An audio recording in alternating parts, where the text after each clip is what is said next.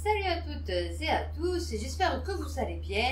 Alors si vous entendez un drôle de bruit, un espèce de crac crac crac, c'est rien, c'est mon chien qui mange sa balle. Donc aujourd'hui, nous allons faire international. On va commencer par les États-Unis, comme ça on c'est fait. Les Échos, les agences fédérales américaines mises KO par une décision de justice. La Cour suprême des États-Unis vient de rogner les pouvoirs de sanction du gendarme boursier.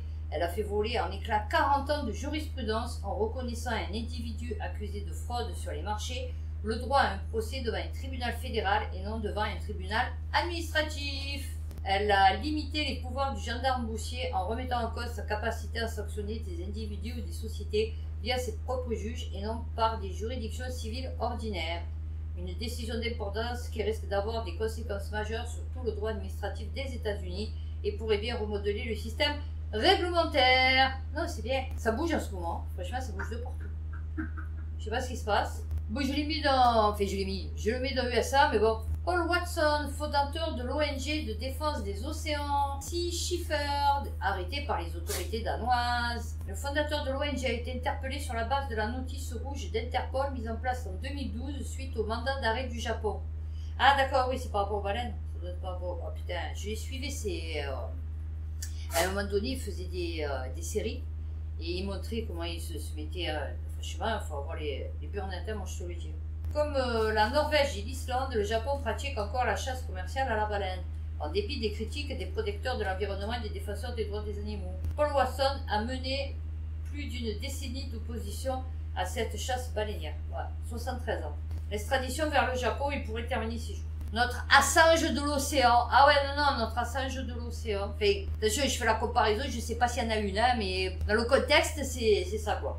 Non, mais là, j'étais mort de rire. Enfin, mort de rire. Non, plus cher, parce que bon, voilà. Une vie, c'est une vie. Mais je veux dire, non, il faut arrêter. Non, il faut arrêter. Il faut prendre vraiment pour des cons. Non, mais... Tactique. Si le virus se transmet d'homme à homme, nous avons un sérieux problème. Oh, donc là, tu te dis, oh putain, un Covid-24. Nous avons un sérieux problème.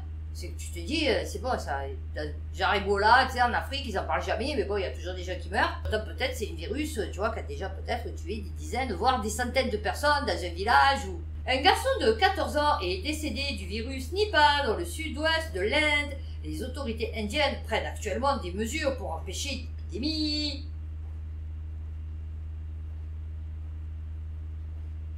Population de l'Inde, 1,417 milliard.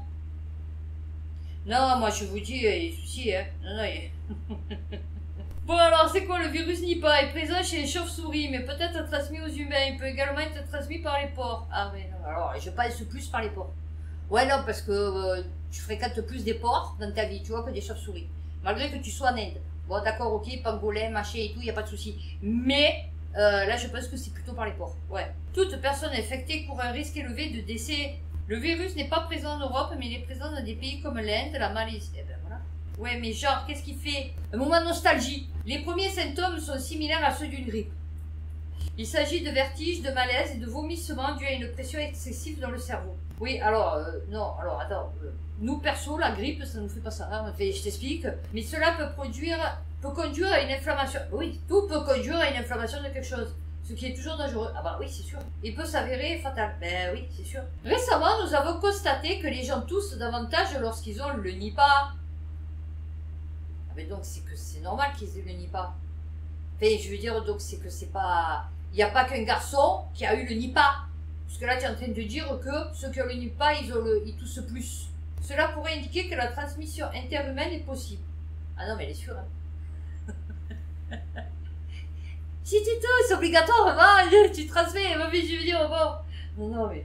Si le Nipah peut se transmettre facilement d'homme à homme, nous allons au-devant d'un gros problème. Actuellement, ce n'est pas le cas. Voilà. Donc, nous avons un article qui ne sert absolument à rien. Voilà, à part faire peur aux gens qui n'ont rien compris, qui ne vont pas lire l'article jusqu'au bout. Du coup, ils n'ont pas le temps. Donc, mais du coup, j'ai commencé USA, ben, on va faire un peu à droite, à gauche, en haut, en bas, hein, qu'est-ce que vous voulez que je vous dise? Alors, là aussi, de bonnes nouvelles pour la France, mais aux États-Unis. Stellantis, en difficulté avec les USA, n'exclut pas d'arrêter certaines marques. Alors, lui, c'est rigolo parce qu'il y a des moments où, tout au long de mes vidéos, mon ancienne chaîne, je vous disais, vous avez vu, ouais, Stellantis, au top, machin et tout. Et quand on parlait de Stellantis pour ces moteurs-là, E-Tech, je sais pas quoi, là, qui sont pourris. Et d'autres trucs, on disait qu'il était super bidon, qu'il perdait des sous, qu'en fait c'était du n'importe quoi. Et chaque fois, on se retrouve avec des trucs qui sont complètement à l'opposé. Ouais, il est au top et tout. Ben là, non, il est plus au top. Alors, Stellantis s'est engagé jeudi à prendre des mesures pour améliorer sa performance opérationnelle et commerciale aux États-Unis, notamment des réductions de production et de prix après un premier semestre inférieur aux attentes, et n'hésitera pas à arrêter les moins performantes de ses nombreuses marques. Il y en a 6. Alors ça, c'est Reuters. Les 6 premiers mois de l'année, le chiffre d'affaires du constructeur a reculé de 14% en raison de la transition en cours dans le renouvellement de la gamme de véhicules du groupe né de la fusion entre PSA et FCA. Et le flux de trésorerie industrielle est ressorti négatif de 400 millions d'euros. Oh, mais c'est nous qu'on va payer? Oh, bah oui!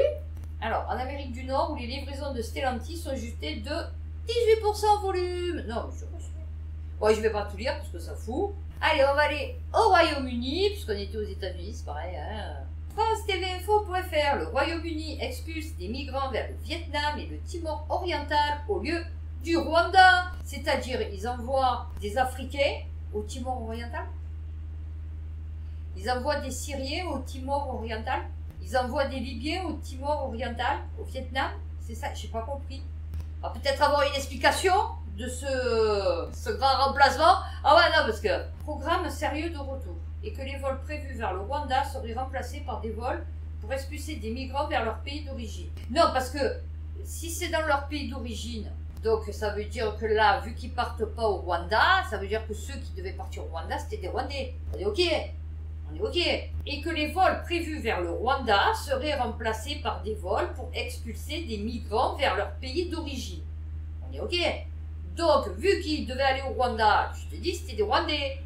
Mais là, tu te dis, qu'est-ce qu'il faut les Rwandais, donc du coup, qui devaient partir au Rwanda, au Vietnam ou au Timor, je sais pas quoi, oriental, là. Donc, c'est des Vietnamiens. C'est-à-dire, c'était des Rwandais à la base, et maintenant, c'est devenu des Vietnamiens, c'est ça? Ou des Timoriens orientalais, c'est ça? Enfin, je sais pas. Non, parce que du coup, 700 millions de livres, vous avez, vous vous rendez compte, avaient été dépensés pour rien. Parce que vers le Rwanda, c'était du gaspillage d'argent public. Mais là, du coup, que c'est vers le Vietnam, non. Le projet abandonné consistait à envoyer des migrants, d'où qu'ils viennent, vers ce pays d'Afrique. Oui, voilà. Qui devaient examiner leur demande d'asile, sans possibilité de retour au Royaume-Uni, quelle que soit l'issue de... Ouais, c'est ça. L'approche choisie par le nouveau gouvernement consiste à donner la priorité aux expulsions de migrants arrivés de manière irrégulière vers leur pays d'origine, quand ce dernier est considéré comme sûr. Ouais, c'est pareil, quoi. Mais au Vietnam. C'est pareil, mais au Vietnam. Oh my god. Bon, voilà. Non, en fait, c'est juste que le Rwanda, il a dû dire non, moi j'en peux pas. Je sais pas quoi. Parce que du coup, on sait pas, c'était des Rwandais. Après, c'est devenu des Vietnamiens. Bon, donc du coup, donc du coup, maintenant, ils partent tous au Vietnam.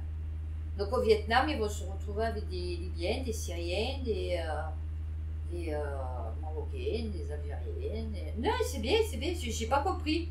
J'ai pas compris le projet. Alors, j'ai compris notre projet à nous. Enfin, le projet des Blancs. Mais par contre, j'ai pas compris le projet vietnamien. Tu vois, voilà. Là, on va passer sur Trump. RTL, tentative d'assassinat contre Trump. De nouveaux éléments sur le tireur révélé par la FBI. Oh oui. La quête se poursuit. Alors, ah, vous avez vu, elle a été virée Pepsi. Ah ouais. Hein, l'assaillant figurait une sur la distance à laquelle Lee Harvey Oswald était de John Kennedy. Ouais, sachant que... tout ce que c'est. Alors, en référence à l'auteur présumé... Oui, voilà. Présumé. Ah ouais, non, il est toujours présumé, d'accord, ok. Mais après, nous, on est complotistes. Ah ouais, non, après, on est complotistes. Ah oui, j'étais également déplacé 3 fois sur le site en amont. Non, ça, c'est bien de le savoir après, toujours. Donc, 2 fois le jour même. Ah ouais. Alors, des agents explosifs... plutôt basique, un détonateur, bon, rien de fou, hein. Il semblerait que s'il avait tenté de faire exploser ses agents depuis le toit, ça n'aurait pas fonctionné. Mais cela ne signifie pas que ces agents n'étaient pas dangereux. Le directeur du FBI a précisé que 8 douilles ont été retrouvées sur le toit. Mais qu'il avait acheté 54 cartouches. Ah ouais, bah, il cotait tout. Enfin, je sais pas, en fait, on sait pas ce qu'il voulait faire, hein, le mec. Ah, on avance vraiment super dans l'enquête. Euronews, Microsoft accuse l'UE d'être à l'origine de la pire panne informatique au monde. Ah ouais, non, mais ça m'étonne pas. Ah bah ouais, mais attends, oh, c'est Ursula hein, qui commande. Oh, attends, c'est logique. Hein. Jusqu'à 8,5 millions d'appareils Windows ont été touchés par la panne informatique de vendredi, dont France Travail. Ah ouais, non, mais Après que la mise à jour de l'antivirus de CrowdStrike a mal fonctionné, Microsoft estime que l'Union européenne est responsable de la plus grande panne informatique au monde survenue. Alors, mais pourquoi nous? Ah, pourquoi nous? En raison d'un accord conclu en 2009 avec la Commission européenne. Ah ben tu l'as conclu l'accord. Ah ben ouais, tu as signé, hein. Ah, monsieur n'a pas pu apporter les modifications de sécurité qui auraient permis de bloquer la mise à jour de l'entreprise. Mais pourquoi tu veux bloquer une mise à jour si c'est une mise à jour?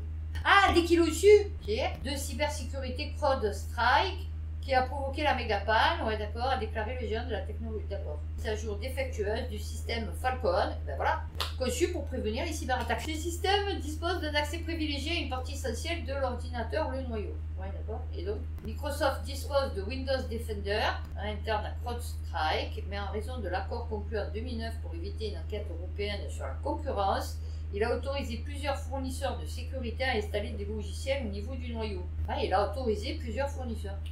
Donc c'est faute à lui. Apple dans le collimateur de l'UE à propos des règles de concurrence. Depuis le début des années 2000, la Commission européenne accuse Microsoft de bénéficier d'un avantage déloyal par rapport aux en raison de la population. Non, mais non, il est sous cherche comme ça. Pas du tout. Mais pas du tout. Tu dis de la merde là. Pas du tout de monopole. Pas du tout. Je vois pas où tu le vois le truc. Bon, ici, il y a tout qui est Microsoft. J'ai que Apple, il est dans le placard. Le principal concurrent de Microsoft, Apple, a bloqué en 2020 l'accès au noyau de ses ordinateurs Mac, arguant que cela améliorerait la sécurité et la fiabilité. Cependant, l'impact a été important car CrowdStrike est largement utilisé par les entreprises. C'est bien, mais c'est de notre faute encore, on a fait de la merde. Et tout que j'ai pas compris. Mon fils a été tué par la culture woke. Alors il paraît qu'il faut plus dire woke, parce que woke ça veut dire éveillé. Tu vois? Et donc c'est un truc positif. Mais bon, là c'est écrit, donc je suis bien obligée de lui dire. Elon Musk se déchaîne contre la transidentité. Yahoo Actualité, pour le fois qu'il est resté, l'article sur les élèves transgenres en Californie. C'est arrivé à un de mes fils aînés, j'ai été manipulé pour signer des documents. Le mec qui t'envoie une voiture dans l'espace. Ouais, d'accord, ok. C'était avant que je ne comprenne ce qui se passait vraiment. Ouais, non, d'accord, mais alors bon, par rapport à tous les autres documents que tu as signés, est-ce que tu avais compris ce qui se passait vraiment? Non, parce que du coup, il y avait beaucoup... Alors, pour les puces implantées dans les cerveaux des porcs et tout, des animaux que tu fais souffrir, peut-être là aussi. Tu n'as pas compris ce qui se passait vraiment. C'est ça. Il y avait beaucoup de confusion. Eh ouais. Et on m'a dit, il pourrait se suicider, explique-t-il. On ne m'a pas expliqué que ces bloqueurs de puberté sont en réalité des médicaments qui stérilisent. Le seul effet secondaire qu'il pourrait y avoir, c'est que votre fils pourrait se suicider. Car peut-être qu'il en aura marre de ressembler à une femme à barbe. Et donc, du coup, il va se suicider. Mais non, ça craint pas. Non, il peut y aller en toute confiance. Oui, je sais, vous comprenez pas ce qui se passe vraiment, mais vous inquiétez pas, vous allez comprendre. Écoutez, vous avez envoyé une voiture dans l'espace quand même, donc je pense que vous savez à peu près la technologie, vous greffez des implants sur des têtes de porc, enfin, je veux dire, bon, vous voyez, on est à peu près, voilà. On se comprend entre scientifiques, hein. Les bloqueurs de puberté ne rendent pas stérile. Il explique avoir perdu son fils, il appelle ça le dead name, Morino, c'est-à-dire son ancien prénom. En réalité, les bloqueurs de puberté ne rendent pas stérile. Ces hormones imitent les vraies hormones sexuelles pour bloquer les changements physiques de la puberté. Les effets des bloqueurs de puberté sont réversibles et ne doivent pas être confondus avec les traitements d'affirmation de genre prescrits à partir de 16 ans. J'ai pas compris, mais comment il a tué son fils? C'est-à-dire, il a tué, il est mort, ou alors il a tué, c'est parce que c'est devenu une femme? J'ai pas compris. Ah ouais, il est contre les woke, donc il est pour Trump, et donc du coup, pour le Hamas, non, c'est pas, hein, parce que, bon. Non, j'ai pas compris. Bon, enfin, après, j'ai pas envie de chercher, savoir son fils qu'il est devenu, franchement, je m'en tape un peu, X22, 3W4, puisqu'il appelle ses enfants par des chiffres et des lettres, donc du coup, bon, à un moment donné, hein, il va se démerder. Tu vois, moi je me démerde déjà avec les miens, tu as vu. Le déclin démographique en Chine, je savais que je l'avais. Alors, la Chine est depuis des siècles le pays le plus peuplé du monde, mais l'Inde lui ravira sa place cette année, alors que la population chinoise amorce un dangereux recul. Quelle sorte attend une nation en proie à un tel basculement? National géographique, bon, je dois pas avoir la feuille. Ah oui. Vous savez quoi, je suis en train de mourir. Voilà, 2 secondes. Je suis désolée, je suis obligée de me mettre comme ça. Non, alors, 1,4 milliard d'habitants. Alors, tac, oui, c'est ça, qui perdront 200 millions, je crois. Cette année, le nombre de naissances a été presque divisé par 2, passant de 18 millions en 2016 à 9 millions en 2022. Ah oui, c'est sûr. La population chinoise diminuera malgré tout de 50%, ou plus d'ici 2100. Ah, c'est pas ce qu'on avait lu la dernière fois, hein, vous vous rappelez? Ah, mais c'est toujours pareil, il y a toujours un début, il y a toujours une fin, hein. Il y a toujours un truc qui s'exporte et après qui s'implante. Hein? Il s'expand et il s'implante. Ah, il y en a, ils vont pas être contents. Le temps. Tempête dans l'égyptologie, la première pyramide a-t-elle été construite grâce à un monte-charge hydraulique? Ah non, bientôt ils vont te dire qu'ils avaient des engins motorisés, tout. Non, non, mais je vous le dis, vous allez voir, hein. D'ici 50 ans, ça va être autre chose les pyramides. Non, non, mais une équipe française suggère que la première pyramide... Non, parce qu'ils voient que ça ne tient pas la route, le truc, tu vois. Monumentale d'Égypte érigée vers 2680 avant JC. Ah ouais. À Saqqara aurait été construite grâce à une sorte d'ascenseur propulsé par de l'eau sous pression. Mais non, ils n'étaient pas si intelligents, ces éleveurs de chameaux. Et ouais, non, parce qu'ils ont mis les chameaux. Une hypothèse qui suscite la controverse avant même la parution officielle de l'article. Bah oui, tu parles. Ah, bah j'ai pas tout. Oh. Non, mais voilà, vous voyez comme quoi c'était bien. Alors, en dépit de siècles de recherche, le mystère plane encore sur la manière dont les Égyptiens auraient érigé les pyramides monumentales. Ah bah oui. Eh ben vous savez, il paraît que c'est de la poussière. Vous voyez, par exemple du sable, par exemple du granit, en poussière. Bon, je ne sais pas comment il a fait, mais bon. Et parce que pour écraser du granit, voilà, pour le mettre en poussière, je sais pas. Mais enfin, bon, imaginons qu'on arrive à le foutre en poussière. Non, non, mais je vous explique la théorie. Et donc après, tu le tasses, tu vois. Et en fait, tu le tasses tellement bien, c'est pour ça que ça prend la forme des fois, vous savez, comme les trucs du Titi Caca, là, je sais pas quoi, là. Pichu Michu, là, enfin bon, moi y compris. Machu Picchu. Que ça fait, vous savez, des trucs comme ça, comme le Mexique et tout, et ben ça, il paraît que c'est la pierre moulée, voilà. Et donc, eux, non. Eux, c'est avec le système hydraulique. Bon, eh ben écoutez, si vous voulez le lire, le temps, hein, voilà. Non, ben voilà. Donc, écoutez, j'espère que cette vidéo vous aura plu, vous aura intéressé. N'hésitez pas à liker, à vous abonner, voilà. Prenez soin de vous, faites attention à vous, et puis à bientôt pour une prochaine vidéo.